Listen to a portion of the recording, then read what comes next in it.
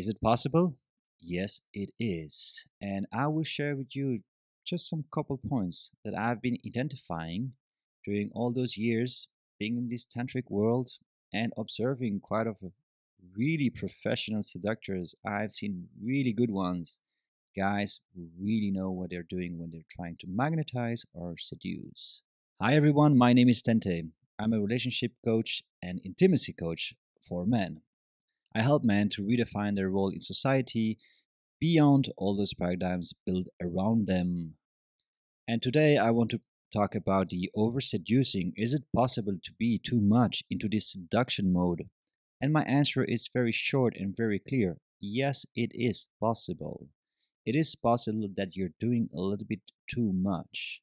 And today I want to share with you what could be the downside of it and how could you be perceived. And you might not be aware of this. So you might just be a natural seductor and you're magnetizing constantly everyone without even noticing.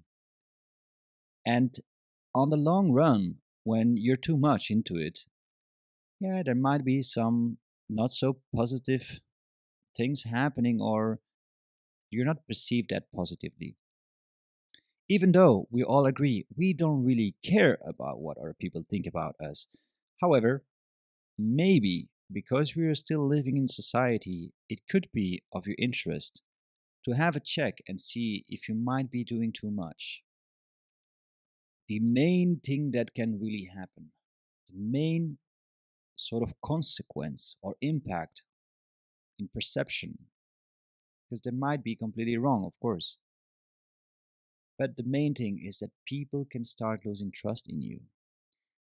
When we're constantly in this seduction or constantly magnetizing, at very first it feels good, but you can because you can seduce anyone. You can seduce a man even though you're not interested in anything with them. It's just as a friendship. But you can be seducing a man, you can be seducing a woman. But when it becomes too much, people start doubting who are you and what do you want. So over time, they might start losing trust in you. And I've experienced it myself with some friends that I met, and I was like, wow, what a wonderful person. But they stayed so long in their seduction mode that at some point I was like, whoa, wait, still in this seduction mode? Can we just have a conversation from me to you and without having all this acting around or this seducing around? Because it becomes a little bit too much. Because at some point, when you have a first meeting with someone, you also want to meet them very in their truth. You know, at the very first, we usually always try to adapt to the person that is in front of us. We always try to please a little bit, even in a small degree. We do it, and it's fine. That's part of making relationships and building up relationships between man and man or between woman and man or woman and woman. That's part of it. We are all human on this. But when it becomes too much, then it might be that at some point people start losing trust in you. So pay attention to that. If this is something that you can relate to, that at very first people start saying like, wow, yes, and they get closer to you. And then suddenly you see how they start creating more distance between you. Because this could be one of the signs that people start losing trust in you. Another point that is important to mention is your life becomes a constant search for approval or intimate response. So now is the question, why are you constantly in this seductor mode? There's always a reason. I mean, if you want to seduce, usually it's because you want something, right? I mean, it doesn't matter what it is. If it's because you want to seduce a woman to have an amazing night, or you want to seduce her to be your girlfriend, or you want to seduce a man for the same reasons, or because you want to attract them for a business. Maybe you're presenting a project. Maybe you want just them to, I don't know, invest money in you, or you're trying to get a job. So, seduction, we're using in many ways. But there is that question that if it's too much, there is that thing that is too much, and you have to feel into it when it's too much. I cannot tell to you how much is too much. That's on you to feel it. But then ask you this question, why are you doing it? It feels like, in my experience and in my observation, that there is this constant search for approval or an intimate response from the opposite sex of the same sex. Now, I do want to clarify one thing. I was like that. I was a constant magnetizer, a constant seductor. There was always this game of having to seduce, and it was unconscious. I wasn't even aware of, but at some point in my life, I was at a place where things didn't went very well for me. There was a little bit of a drama. I'm not going into details, but there was at some point a drama, and I was like, oh my God, what did I just do? I was completely unconscious, but the feedback that I started receiving wasn't really positive. So it hurt me. I was in pain. I went out and asked for feedback from others and see what did I do wrong. And I realized that I was in this magnetizing constantly. Now, it's not a big deal. It's not something that you should really worry about, but it's just if you're really seeking to improve a little bit more your way how you communicate, basically, well, it's always nice to have a look into this. On the other side, if you really want to search why you're doing and that you might be searching for approval or an intimate response, you might be lacking some self-love. The question would be, how or who would you be if you cannot seduce anymore? What is left there of you if you don't have this constant like of the opposite sex, of the approval? So it's a really interesting question to answer because there is a lot of potential for growth there if you have a look into it. So I strongly invite you to keep this point for yourself and yeah, tap into this search and see what comes up. What type of answer do you get from yourself? On the other side, your authenticity can be challenged, and with it, a new form of ego is built. So, of course, when you really think about the previous point, I mean, we're looking for approval. And when we look for approval, we're trying to feed something.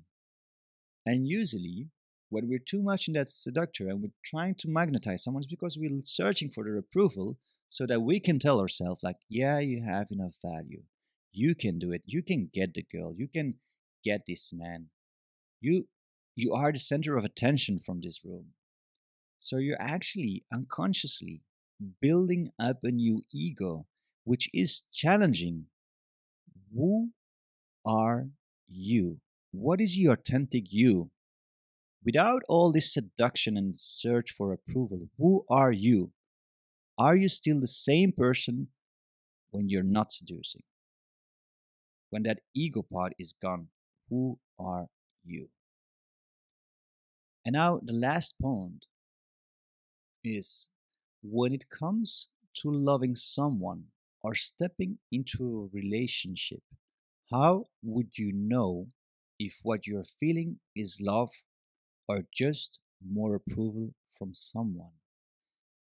And I thought about it very first. I was like, that's a bit strange, but there is some truth in this. Because when you're constantly seeking for approval, because you're constantly in this seduction mode, you're the seductor.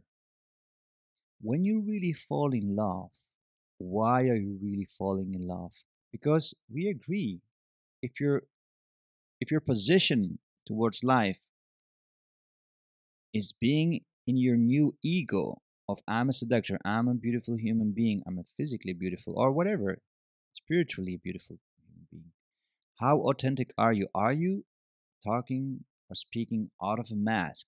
So whenever you feel in love with someone, how would you know it is love or it's just someone who might be adoring you and approving you and giving you all that approval that you have to find in other people.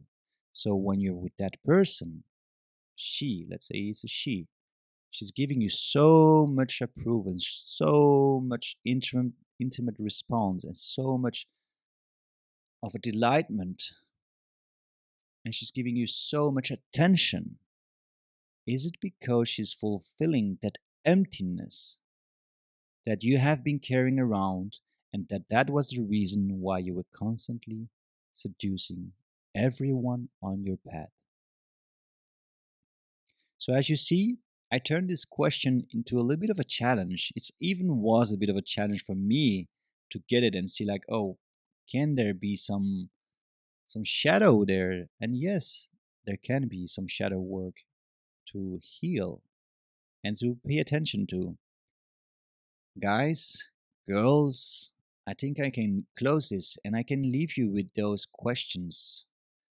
And I strongly invite you to, if it's your case, and if it's not your case, if you're not a seductor, it's always good to know about this so that you know that whenever you start seducing that you don't overdo.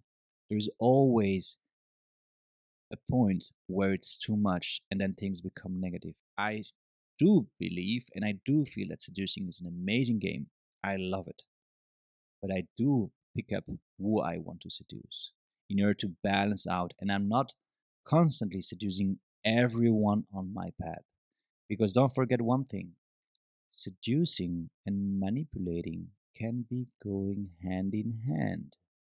So, my question to you, are you seducing in order to manipulate something for your own benefit, such as approval or intimate response? Or are you doing it just because you enjoy it? And there is, yes, a goal to seduce this girl, which will you want to make love, but you don't overdo it. So here's the challenge. I really hope you enjoy it. I hope I didn't trigger you too much. It's not my intention, even though a little bit, yes, it is. But it's mainly to give some space to growth, and challenge comes always with it.